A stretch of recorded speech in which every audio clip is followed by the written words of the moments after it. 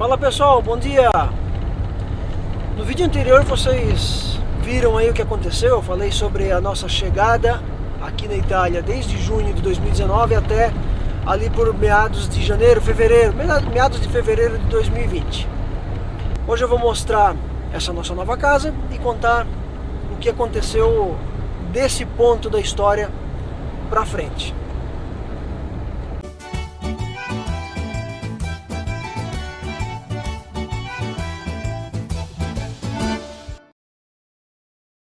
Muito bem, pessoal, eu sei que vocês já estão de saco cheio de ficar escutando esse tagarela falando, mas eu não consigo explicar para vocês, fazer vocês entenderem sem contar um pouco dessa história.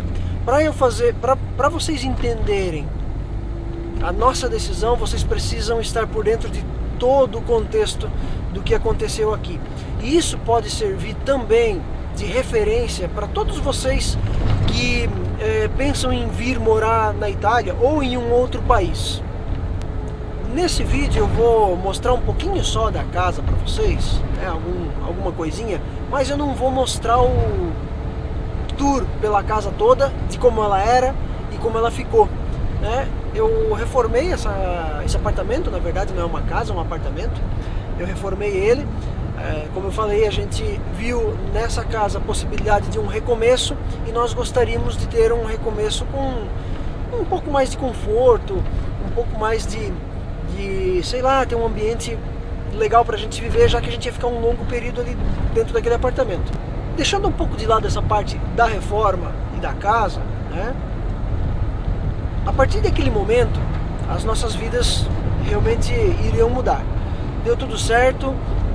Os proprietários são realmente muito gentis, a localização da casa é espetacular, fica numa cidade no Lago de Garda mesmo, né? Da nossa casa até o lago são cerca de 800 metros, então a gente viu ali também a possibilidade de, no fim de tarde, descer, ir no lago, fazer um passeio, olhar, apreciar a vista e tudo mais. No final de fevereiro, no meio de fevereiro na verdade, a gente assinou o contrato, eu comecei já imediatamente a fazer as reformas, né? Que não era tanta coisa, basicamente, gente, era pintar.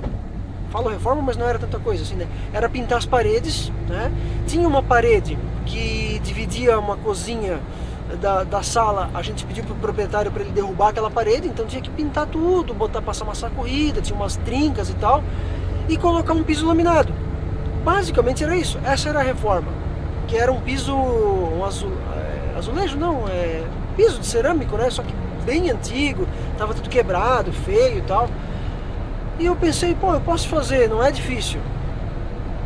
E aí começamos a fazer. Quando chegou ali pelo dia 8, dia 10 de março, houve um anúncio aqui que, por causa da pandemia, as fronteiras da Lombardia iam se fechar. E antes que isso acontecesse, a gente quis fazer a mudança. Então, nós nos mudamos naquele fim de semana mesmo, sem cozinha, sem gás instalado, né? Só tinha luz, já tinha energia elétrica, mas não tinha gás, então não tinha como cozinhar. A gente se mudou mesmo assim, porque depois que fechasse a gente não sabia o que ia acontecer, e nos mudamos ali. E aí a coisa começou a se agravar, porque fechou a Lombardia, fechou a Itália inteira uma semana ou duas depois, o negócio começou a complicar, eu comecei a trabalhar demais. A gente tinha a casa sem estar pronta ainda, eu montei ali a nossa cama, o nosso quarto, finalizei o nosso quarto, finalizei o quarto da Ana, rapidamente para a gente poder ter pelo menos os 2 quartos, e deixei a cozinha toda desmontada, os móveis tudo desmontado, tudo pendurado, sem ter aonde cozinhar, sem ter aonde almoçar, sem ter mesa, sem ter nada. A gente tinha basicamente 2 camas e um banheiro e uma cômoda, não tinha guarda-roupa, não tinha nada. E o bicho começou a pegar com as entregas de oxigênio, com a minha jornada, minha rotina diária de trabalho estendida. Paralelamente a isso, as aulas da Ana acabaram, começaram, né, ela ficou em casa e não foi mais para a escola. Dali para frente ela começou a ficar trancada dentro de casa. Não se podia sair na rua, não se podia sair de carro. Vocês sabem dos controles que tiveram no mundo inteiro com essa história de lockdown.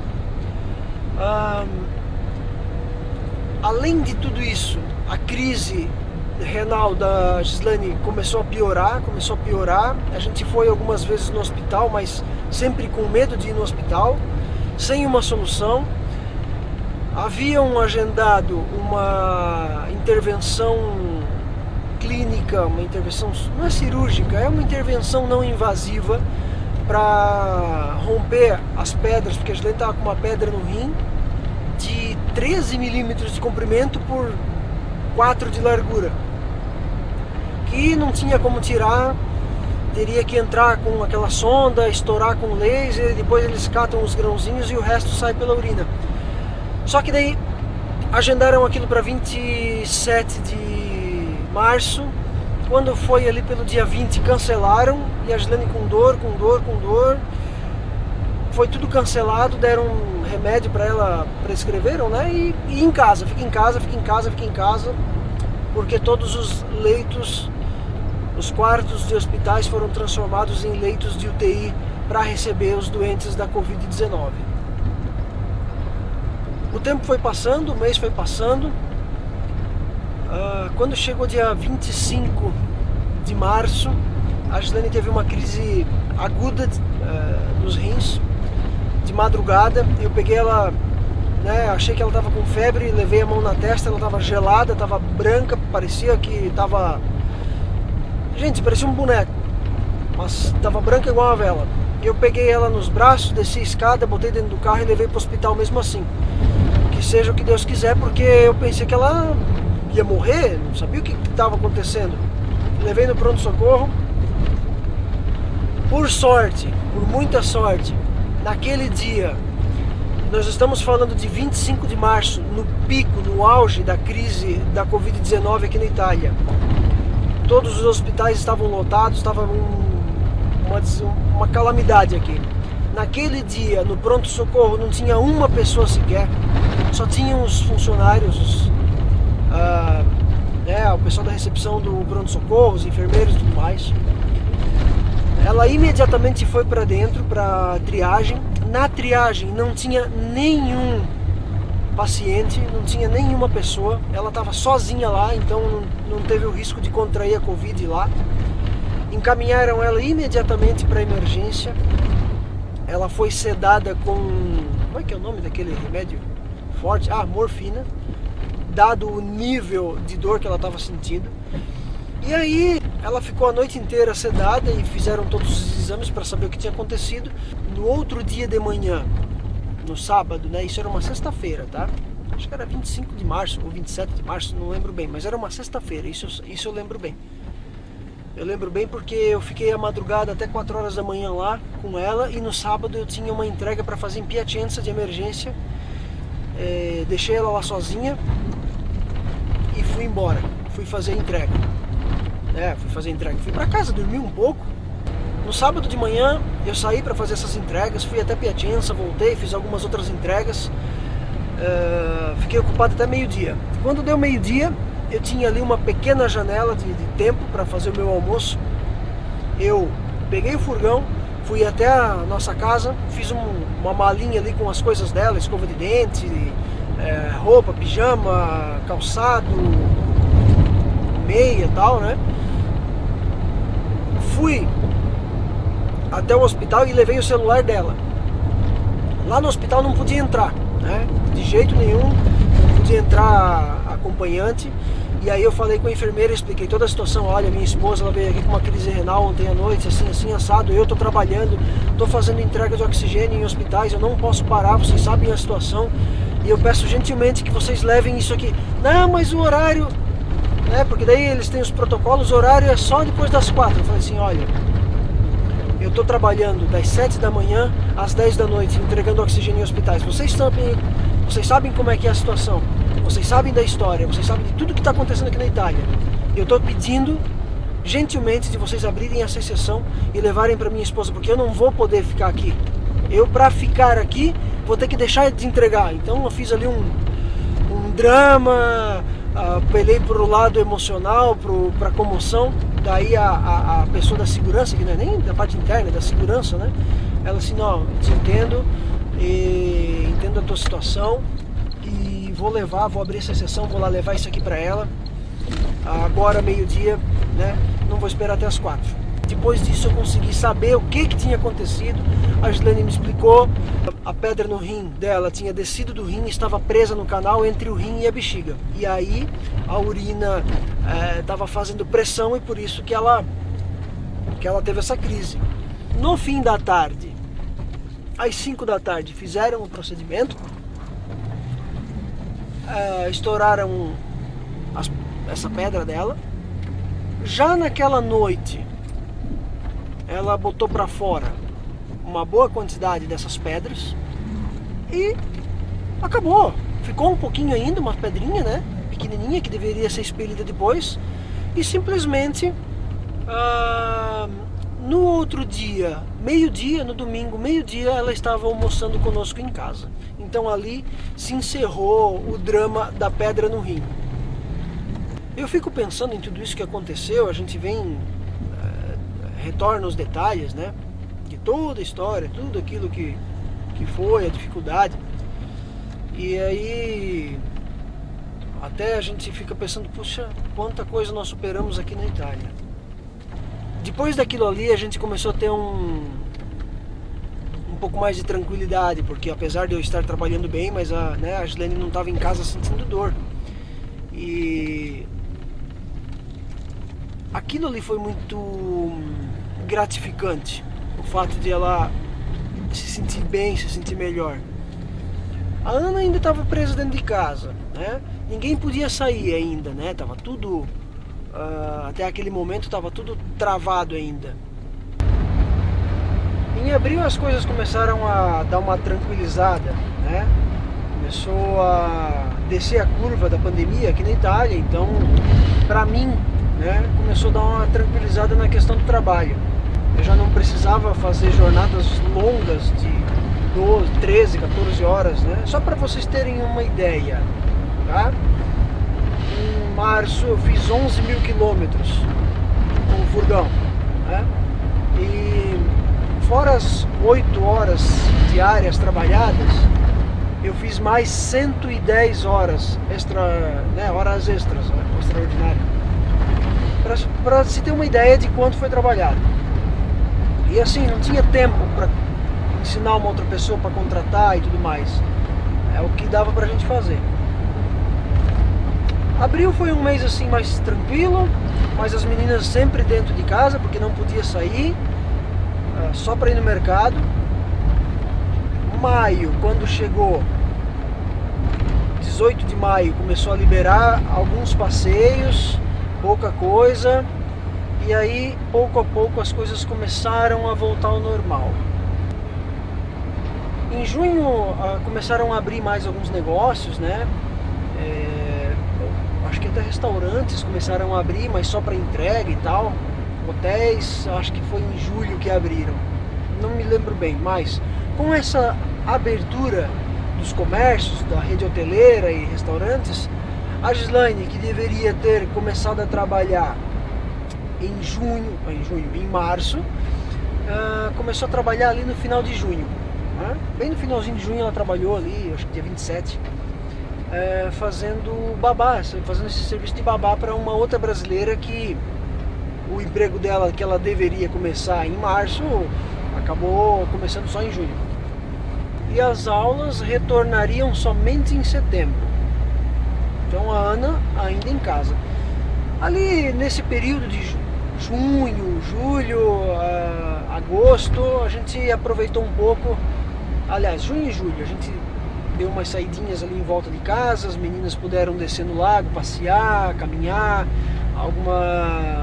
as atividades voltaram alguma coisa bem próxima da normalidade, mas esse processo de ficar em casa, esse processo dessa dificuldade toda que teve, acho que criou uma grande ansiedade nelas, e isso começou a declinar, a ter um impacto muito negativo nas nossas vidas. Quando chegou agosto eu comecei a trabalhar de novo, um ritmo muito intenso. Foi o mês que eu mais trabalhei, que inclusive foi muito mais cansativo do que o próprio março, e isso estava indo contra os nossos planejamentos, os nossos interesses, porque a gente, querendo ou não, criou uma expectativa de poder fazer algum passeio no verão, ali por perto, ir no lago. Só que eu chegava em casa destruído, eu só queria saber de jantar, tomar banho e dormir, não conseguia fazer outra coisa. E sábado e domingo eu ficava o dia inteiro ou deitado ou sentado, não conseguia sair de casa, muito cansado, muito desgastado, uma coisa assim que eu não sei explicar, mas acho que também o calor pode ter contribuído para esse cansaço, essa estafa física e mental. E aí segunda-feira era um dos dias mais difíceis que tinha de trabalho. Eu começava segunda-feira já um pouco descansado, não tanto, mas relativamente descansado, e terminava o dia destruído. E aquilo ali me acabava, era suficiente para me deixar cansado pela semana inteira, porque os outros dias também não eram fáceis. E isso foi desgastando, isso foi dificultando. A Gislane estava fazendo meio período, voltava, chegava 1h30, 2 horas em casa, tinha que, ficava em casa, não tinha o que fazer.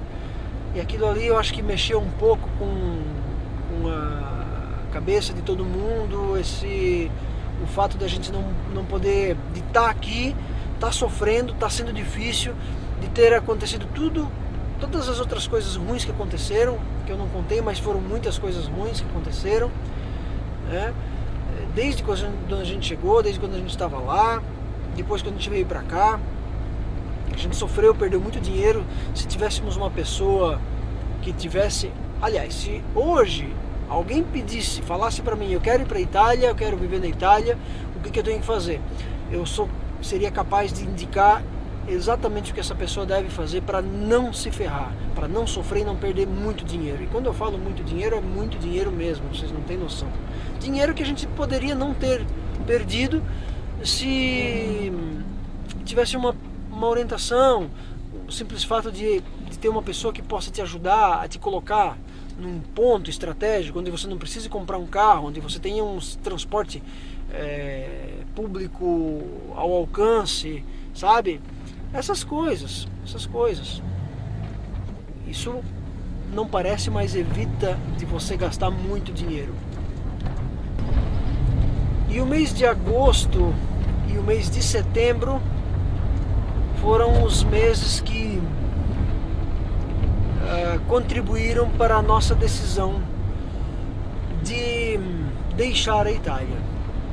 A gente hoje está bastante convicto de deixar a Itália, e como eu falei lá no primeiro vídeo, hoje, no momento que eu estou gravando esse vídeo, é dia 25 de setembro, é uma sexta-feira, sábado, domingo, daí depois tem segunda, terça e quarta. Quarta-feira é dia 30 de setembro e vai ser o meu último dia de trabalho aqui na Itália. A Gislane já não está mais trabalhando lá com aquele trabalho que ela estava fazendo, não deu certo. Houve lá um desentendimento por causa de fofoca, sei lá do que. Depois botaram as meninas, ela e a pessoa que ela trabalhava, botaram tudo isso em pratos limpos, se entenderam, uma entendeu a situação da outra e chegaram à conclusão que foi uma fofoca mesmo, mas aquilo acabou desgastando, a Gislane não quis mais, a gente já estava com essa mentalidade negativa, com essa coisa de voltar. A Ana também, ela está até hoje praticamente presa dentro de casa, porque ela não está estudando ainda, ela está estudando online. As aulas dela física começarão somente em outubro, final de outubro, e ela não aguenta mais. A gente acho que tudo isso mexeu muito com o nosso psicológico, não só com a gente. Nós já conversamos bastante sobre isso e chegamos à conclusão que em todo mundo vai ter uma história parecida com essa, de pessoas que ficaram tanto tempo enclausuradas, e isso mexeu muito com o psicológico. O ser humano, ele desenvolveu essa coisa de viver em sociedade. A partir do momento que você coloca todo mundo preso e as pessoas são inibidas de poder se relacionarem, se encontrarem, sabe? E aqui a gente não tem amigos, a gente está aqui isolado. Talvez se tivesse o apoio dos amigos, de parentes, se a gente tivesse lá no nosso país, a história teria sido diferente. Mas não é isso que aconteceu. Nós tomamos essa decisão e agora estamos em busca da passagem aérea que possa levar o Leão de volta. Isso está sendo um desafio, né? Sendo um grande desafio. Nós vamos contar isso aí nos próximos vídeos para vocês. O que a gente vai fazer agora para o futuro, a gente já tem algumas ideias, né? Mas isso aí eu vou falar num outro vídeo, né? Por hoje eu vou ficando por aqui, já vou me despedindo. Quero agradecer a vocês que me acompanharam até aqui nesse vídeo. Deixem as suas perguntas, se vocês têm alguma dúvida, alguma coisa assim, nesse sentido, né? Desse período que a gente ficou aqui. O seu like, é claro, eu vou pedir, eu sempre peço. E sempre conto com o like de vocês. Se você não é inscrito, inscreva-se no canal, porque teremos outras histórias para contar. A coisa não vai acabar por aqui. E eu espero vê-los no próximo vídeo. Mais uma coisa. Eu vou fazer ainda um vídeo mostrando a nossa casa, fazendo um tour pela casa, mostrando como ela era e como a gente deixou ela, até inclusive agora, antes de ir embora. E tudo que a gente colocou ali, os móveis, a gente vai deixar para trás. A casa a gente pegou ela vazia, o apartamento, né? Vamos deixar ele mobiliado, inclusive com louça, com prato, com roupa de cama, toalha, tudo. Dá até para alugar por Airbnb, talvez o proprietário faça isso, não sei. Beleza, pessoal? Até o próximo vídeo, hein? Tchau!